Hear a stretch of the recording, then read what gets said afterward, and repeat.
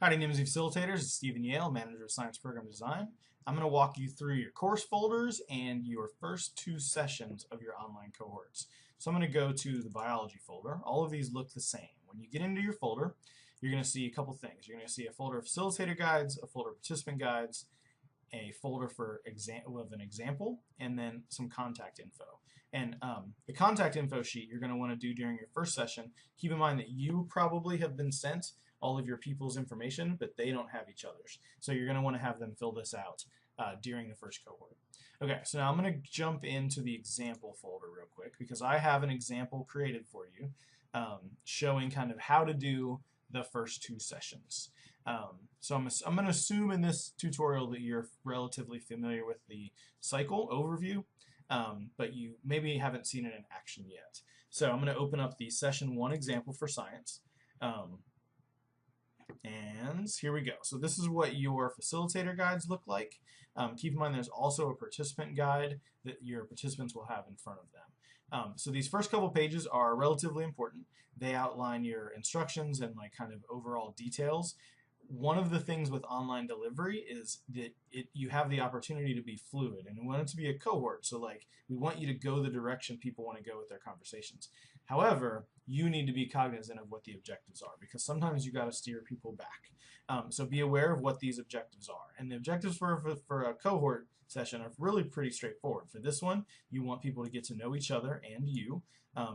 Collaboration will only work if people are comfortable with each other. You want to teach them the basics of the cycle that they're going to follow, the data to action planning cycle, and then identify an assessment worthy of analysis, identify skills needed to perform that assessment, and then identify how they're going to deliver it, what some misconceptions might be the students have, and what available resources there are. So now when you think about those things, if you have people that want lab ideas, if you have people that need content support, if you have people that are struggling with classroom management, this cycle, the reason we've chosen it is because it offers room for all of those conversations. Now, to prepare for session 1, you need at least 2 facilitators. You should have that. One of you is going to be the opening facilitator. Notice we've color-coded this in blue. Another is going to be the closing facilitator, which is color-coded in green.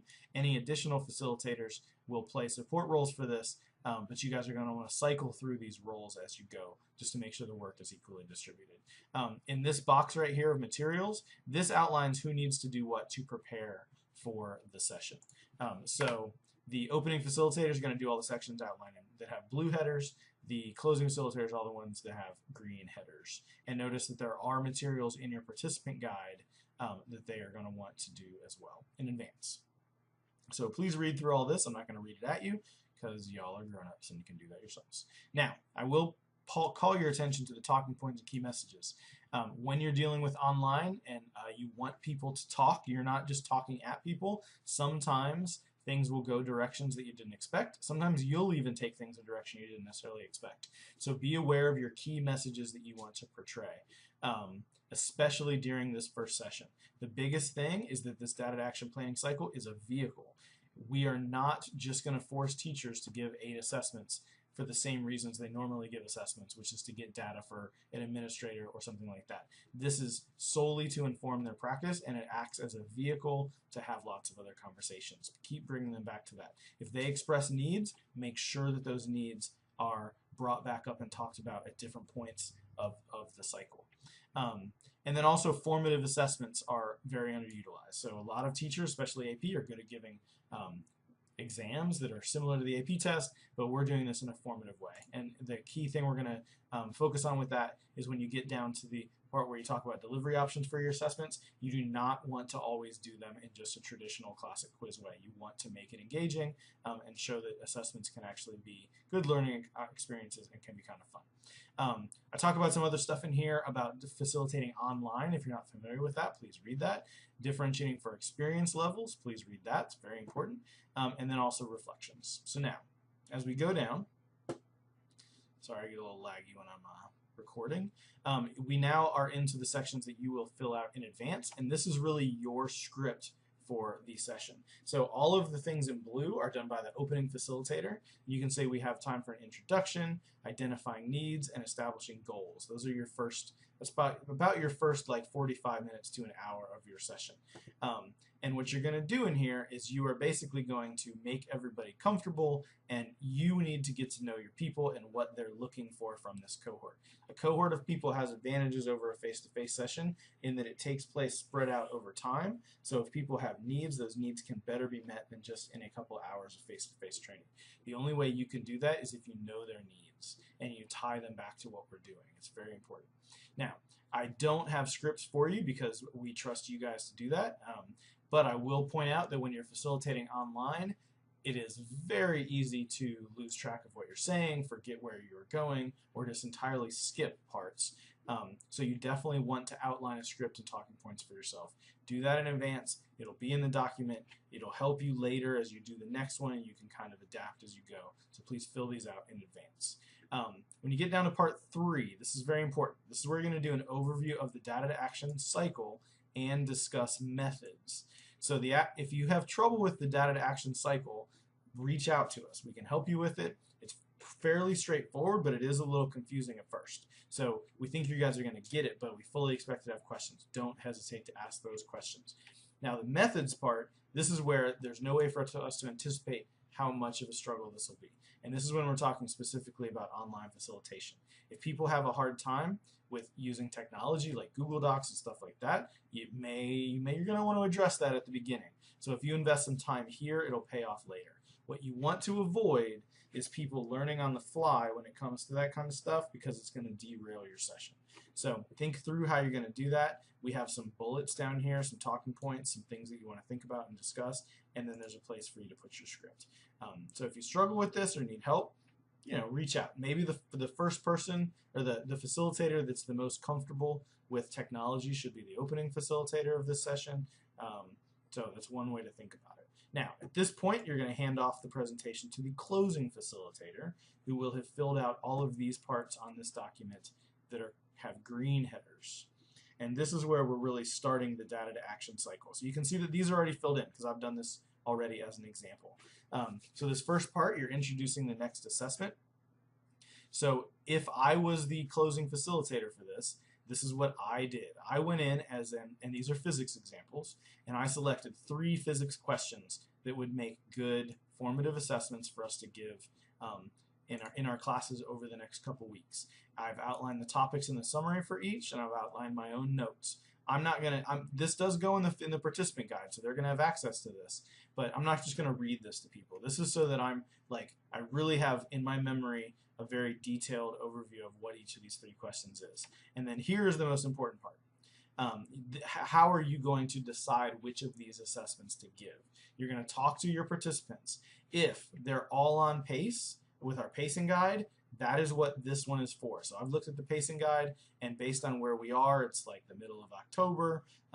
We should be on energy in the next few weeks if we're teaching Physics 1. So this would be a good assessment. To right on track with the pacing guide, that should be perfect. However, we all know that there's a very strong likelihood everybody's not going to be on track. So I've selected another one, and this other one is if they're behind or they indicate that their students are struggling. So you may have some people that are behind and some people that aren't. Well, if those people, their students still struggled in the previous unit, there's nothing wrong with taking 15 minutes to give a formative assessment over previous material. So this one is selected to meet those needs. Now, so this one's if they're on pace. This one's if they're maybe not on pace.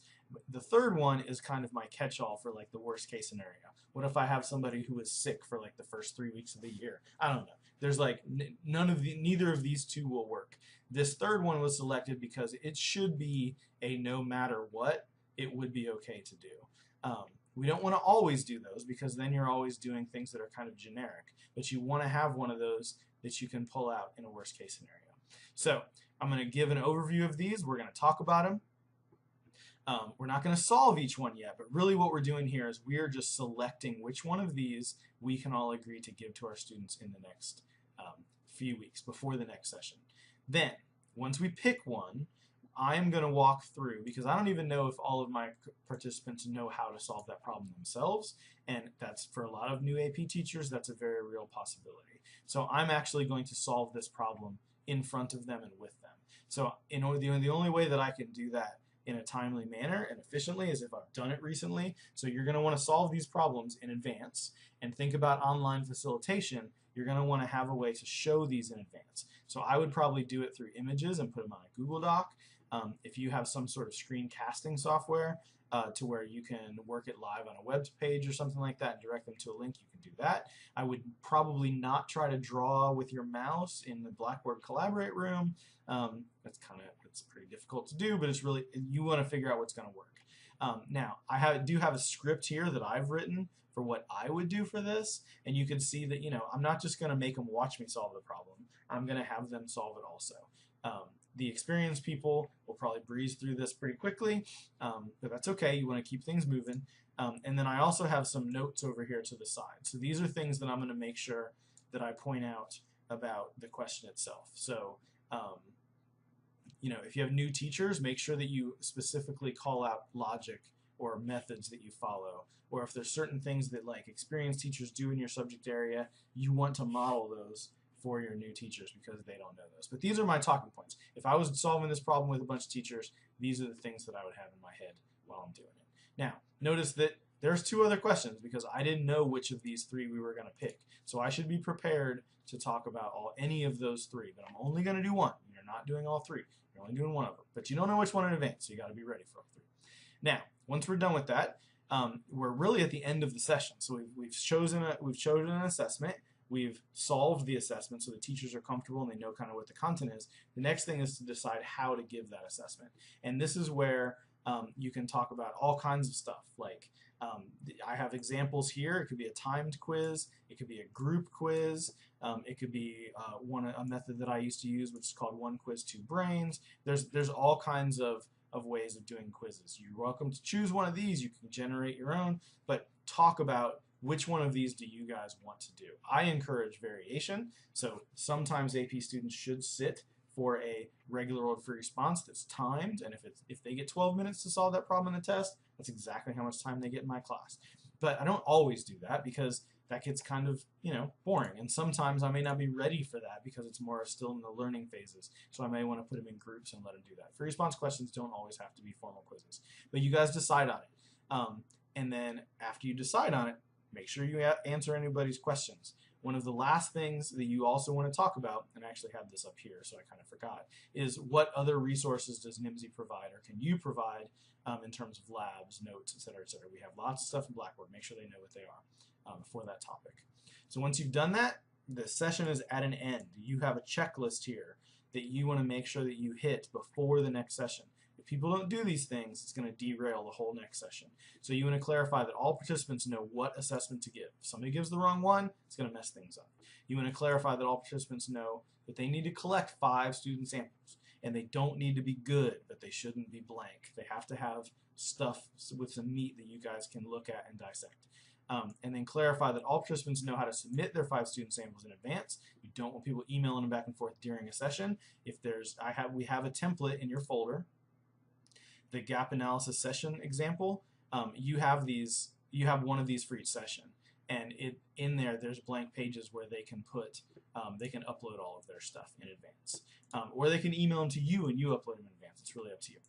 And then clarify that all participants know what assessment delivery option. So are we doing a formal one? Are we doing in groups? What are we doing? And then lastly, make sure they do the exit ticket. And please make sure they do that before they log off. Don't say go do this because half of people won't do it and then we won't have our data. We need that stuff. So that's your checklist before the session ends. And then you're done. That's your 2 hours. You probably, hopefully you didn't run out of time. Hopefully you don't have 45 minutes left. But you feel free to stick around and answer people's questions, et cetera, et cetera. It is supposed to be collaborative. Now keep in mind, as a closing facilitator, you will be the opening facilitator next time. And the reason for that is that you have been in charge of this selection of this question. Well, the next time when they come back, they're going to analyze it. So you're logically in charge of that. So you have some prep work for that, as well as the closing facilitator for next time is going to have some prep work. They're basically going to do what you just did. So now, if we go to the second part of the example, so now a couple weeks have gone by, and we're ready for the next session. This is what your templates actually look like for the rest of the cohorts, like all of them, 2 through Notice the beginning is different because we don't really need to get to know each other as much and talk about all that stuff that we talked about last time, because it's not the first session anymore. We're in the same people and we know each other. So you're going to want to do some sort of warm-up.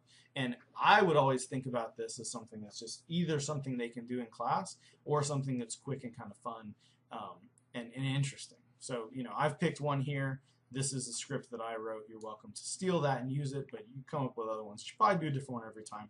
You don't really have to. Some of them are good every time. After that, you do a warm-up. You're going to do some model scoring. So this is the next step in our cycle. So they've brought their 5 samples, right? Well, before they do that, you want to teach them how to score that question. So you're going to want to bring some of your own student samples for that question. If you don't have them, that's okay. You can make them up, or you can use the ones on the College Board website. But you're going to want to score those samples live for them. And the key thing here, if you think about time, is that you're not spending 5-10 minutes on a single response. You want to do this. It's almost like baby reader training. You're getting them ready for the College Board reading at a small scale. So you really want to teach them. You're not reading into stuff too much. It's either there or it's not. Use the rubric, use the scoring guide, and they either get their points or they don't. So here's where you're going to put links to your stuff so it's all there in advance so people can click on it. You don't have to send things to people and shuffle around. It'll be key with online facilitation is to be done in advance. Okay, and you're going to do 2 of them. That's it. They should be 2 different examples. Not perfect, not all zeros. Then what you're going to do is you're going to split people into buddy pairs. So buddy grading is a really good way of doing things. It keeps people on task. It also keeps people honest. So the goal is to have some accurate scores. So you're going to split them up into their breakout rooms. I have a sample script for how I would do this down here. And they only have a few minutes, but they're going to score their 5 samples each. If they use our gap analysis session example, there's a way of having 2 on a page, 2 on a screen at a time, so they can kind of see each other's and compare and contrast. So that's kind of what I recommend where to go. Okay. Then after that, you're going to create the gap analysis. Now, before you can do this, especially the first couple sessions where you do this, you're going to want to show them an example. So I have an example linked here. If I were you, I would create an example for your course. If I'm going to lead this session and I'm going to teach people how to make this thing, I'm going to need to know how to do it. So I would probably make one of these in advance. They're not challenging. If you've never done this before, you'll probably start liking it. Basically what I've done is I took a chemistry question and I've done some screenshots just to put it up here, and this is actually the scoring guide. So I've taken each point from the scoring guide or each block from the scoring guide, depends how the scoring guides are made, and this is what you're going to show your participants. This part down here is going to be blank. For your example, of course, it'd be filled in, which is what this is. So what a gap analysis is basically I'm looking at these point by point. So this kid gets 1 point for for doing a calculation of the pressure of the dry ethene. Well, what I need to know as an expert teacher is not just whether they get the point or not, but what are some reasons why they might not have gotten that point. A kid might not know how to do stoichiometry. They might not know how to do unit cancellations. They might not know how to do algebra, or they may not know what ethene is. There's all kinds of different things. I can't just as a teacher say they don't get the point and that's all I need to know. I need to figure out where they are. Am I having kids with a bunch of background skill problems like algebra? Do I need to spend time on unit conversions? And it's all based on the evidence of what's on the paper. So if I see kids that are setting up equations and everything is right, then all of a sudden I'm getting weird answers, that tells me something. If I don't see the equations set up properly, that tells me something. So what you do is you bullet these out, and those are specific things that tell me where they are in their gaps. What are my student gaps that I have? So you're gonna show them an example of one of these. Now, once you do that, that's your example. You're going to split them up and challenge them to do the same thing with the question that they selected. So, sorry, if you heard a noise in the background, it's my kid coming home from school trying to scare me or something outside. So you're going to split them up and they're going to do their own. So you have in their folders, with their participant guides, there is a gap analysis template for each session.